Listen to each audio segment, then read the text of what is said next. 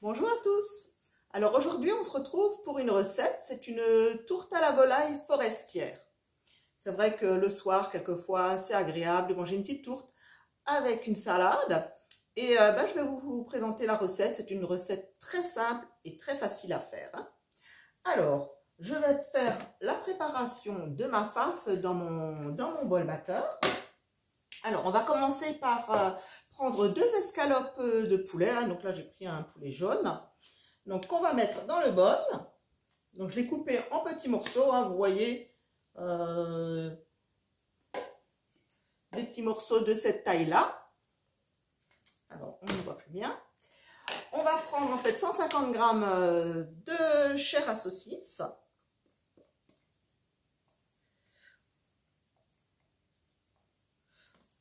Voilà. On va mettre 100 g de lardons.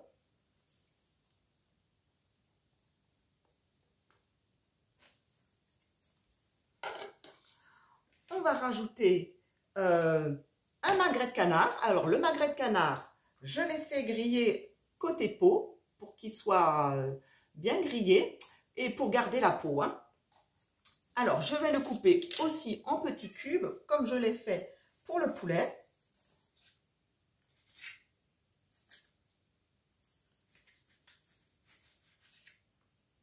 Alors, une petite cochonnerie. Voilà, il ne faut pas que ce soit des trop gros morceaux, mais quand même pas trop petits non plus.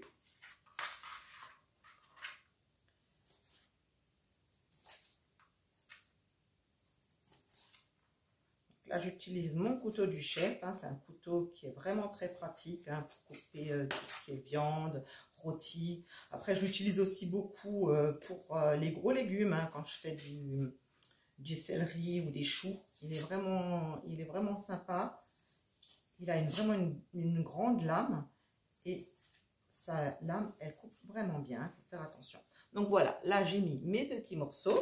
Je vais le rajouter donc dans mon bol batteur avec le restant des ingrédients.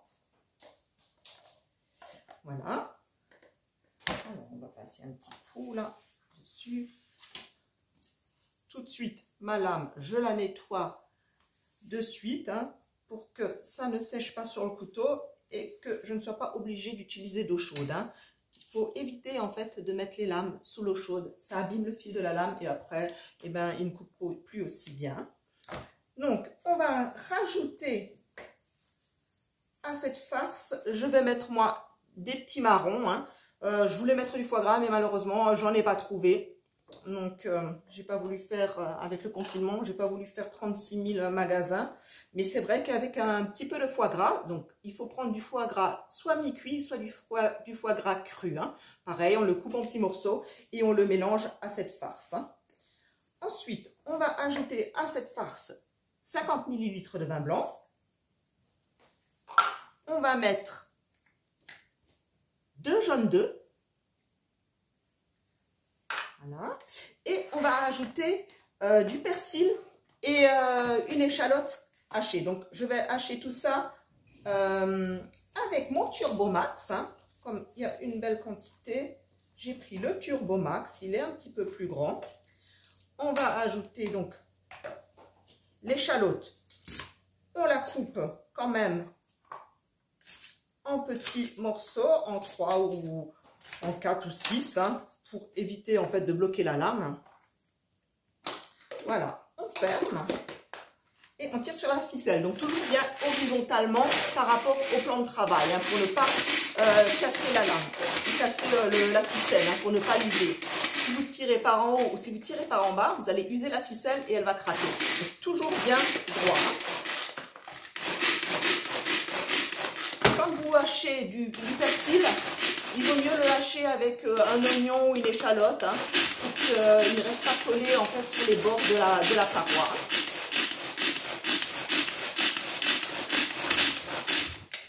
Voilà, alors on va voir.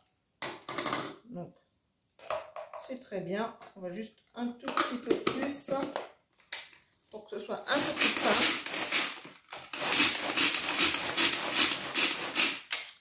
Voilà, c'est prêt. Donc, les lames, on les secoue juste un petit peu. On n'utilise pas la spatule parce qu'on risque de la couper. Et si elle est un petit peu entaillée, la spatule, eh ben, elle va se déchirer. Hein. Donc là, on va mettre le persil et l'échalote aussi dans la farce. Voilà. On va ajouter aussi des petits champignons, en fait, des bois. Donc là, j'ai pris une boîte, hein, champignons des bois. C'est vrai que les champignons, ils sont un petit peu gros. Ça fait que je vais juste un tout petit peu les couper hein, pour qu'on puisse bien le mélanger dans la farce. Hein, que ça ne fasse pas des trop gros morceaux. Donc je coupe juste grossièrement un petit peu à l'aide de mon couteau. Couteau du chef. Voilà, comme ça, c'est suffisant. Alors là, j'utilise pas ma spatule, mais j'utilise le manche de la spatule pour nettoyer mon couteau. Hein. Comme ça, il n'y a pas de risque que j'abîme mon silicone de la spatule. Voilà, on va mettre ça à l'intérieur.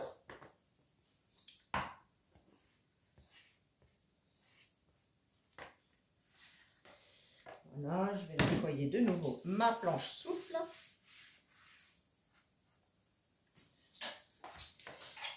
Et donc, on va un petit peu poivrer. Alors, salé, je ne vais pas trop saler parce que la chair à saucisse, les lardons, c'est déjà salé. Donc, on va éviter de mettre du sel. Hein. Par contre, on peut mettre du poivre. Hein. Voilà. Et donc, je vais mélanger correctement cette farce à l'aide de ma spatule. Hein.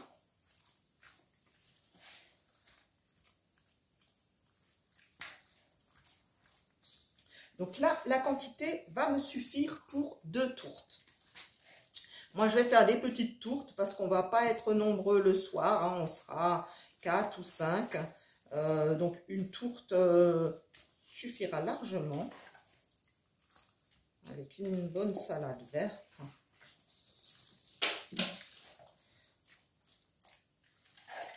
Voilà, une fois que la farce est bien mélangée, je vais chercher ma pâte feuilletée. Donc, la pâte feuilletée, je l'ai laissée au réfrigérateur pour qu'elle ne soit pas trop molle quand je vais vouloir la manipuler. Là, on va mettre ça de côté. Donc, ma tourte, je vais la faire dans le couvercle de mon Ultra Pro 5 litres. Voilà, c'est juste la bonne taille. Donc, l'Ultra Pro va aussi pouvoir servir pour cuire vos volailles. Hein, donc, en des grosses pièces. Hein, vous pouvez aller jusqu'à un chapon de 4 kg, 5 kg même. Vous pourrez aussi faire la choucroute dedans, le bœuf bourguignon, un bekaof. Donc, je vais prendre ma pâte feuilletée.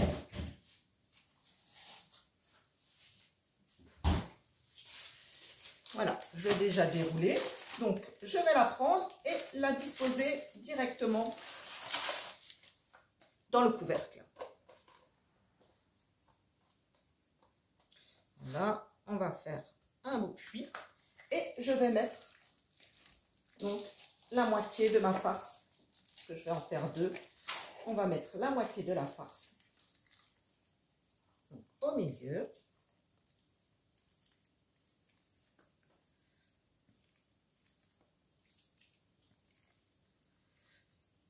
Voilà, ça fait une belle quantité. Hein.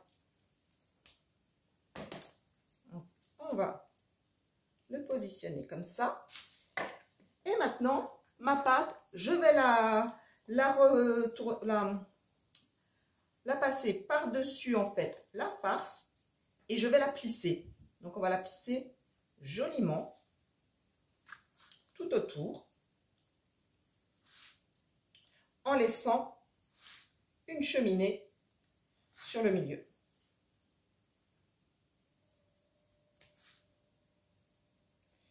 Voilà. Alors moi j'ai pris une pâte feuilletée déjà roulée, hein. Une pâte épaisse, j'ai pris comme ça, ma tourte, elle ne risque pas de couler. Donc là, on la ferme bien. On laisse le centre ouvert.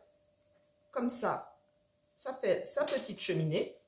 Et là, je vais prendre un jaune d'œuf.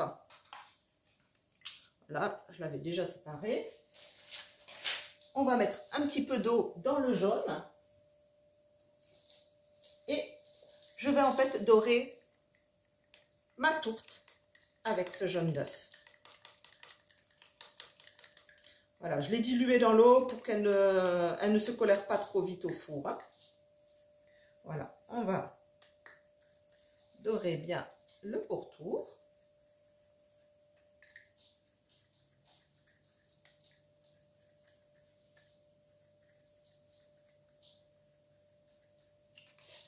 Et voilà, c'est prêt.